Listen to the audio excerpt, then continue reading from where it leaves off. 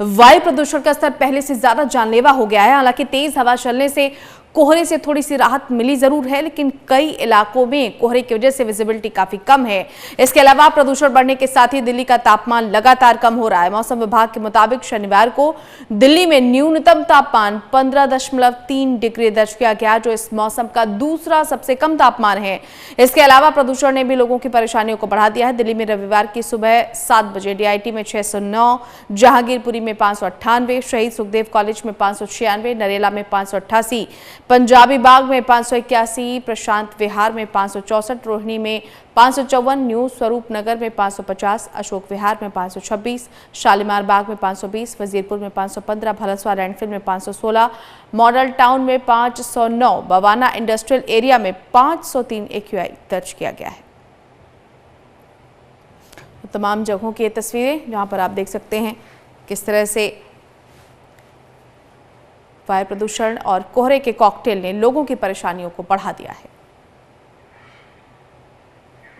तो देश की राजधानी दिल्ली और इसके आसपास के इलाकों में प्रदूषण के स्तर में तेजी से बढ़ोतरी देखी जा रही है। बढ़ते प्रदूषण को देखते हुए दिल्ली और एनसीआर में ग्रैब 3 नियम को शुक्रवार से लागू कर दिया गया है। दिल्ली के इंस्टीट्यूट ऑफ टूल इंजीनियरिंग इलाके का अधिकतम AQI यानी एयर क्वालिटी इंडेक्स 609 दर्ज किया गया, जो कि गंभीर श्रेणी में आता है। सरकार प्रदूषण के स्तर को कम करने के लिए तरह तरह के उपायों में जुटी है। प्रदूषण के साथ साथ दिल्ली में कोहरे ने भी लोगों की परेशानी को बढ़ा दिया है और कोहरे की वजह से कई जगहों पर विजिबिलिटी काफी कम हो गई है। कोहरे के साथ साथ दिल्ली में तापमान में भी गिरावट दर्ज की गई है। मौसम विभाग के मुताबिक दिल्ली में अगले 2 दिनों में तापमान के और गिरने और ठंड के बढ़ने की आशंका जताई जा रही है।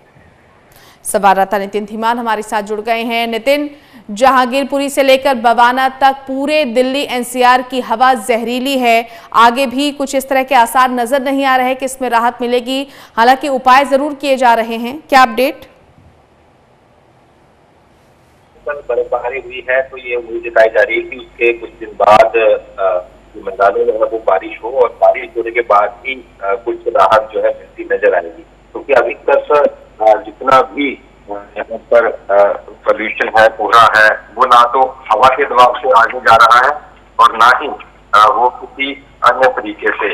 इसमें हालांकि ग्रैब 3 लगा दिया है। कल ही अगर हम बात करें तो 550 से ज्यादा चालान काटे गए हैं BS3 पेट्रोल और BS4 डीजल गाड़ियों के, लेकिन उन सबसे भी ज्यादा राहत नजर नहीं आएगी। इस तरीके से लगातार पोल्यूशन में इजाफा हो रहा है।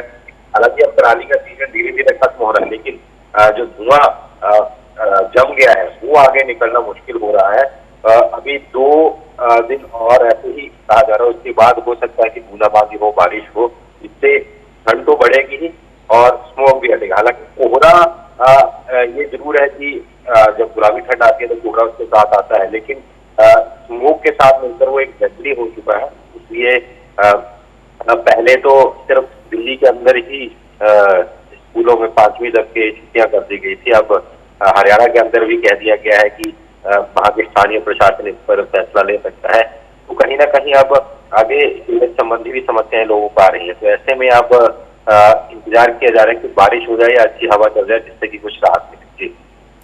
चलिए नितिन, बहुत धन्यवाद आपका इस तमाम जानकारी के लिए। तो इन तमाम जगहों की तस्वीरें, हालांकि आने वाले दिनों में ये उम्मीद ज़रूर जाहिर की जा रही कि शायद बारिश हो तो मौसम में कुछ परिवर्तन देखने को मिले, लेकिन फिलहाल ऐसी उम्मीद थोड़ी कम नज़र आ रही है। तस्वीरें एम्स और नई दिल्ली रेलवे स्टेशन की, जहां पर AQI 400 के पार है और अगर कई इलाकों की बात करें तो ये 450 से 600 के बीच तक पहुंच चुका है। तो दिल्ली एनसीआर की आबोहवा जहरीली हो गई है और इसी आबोहवा में दिल्ली और एनसीआर की जनता सांस ले रही है।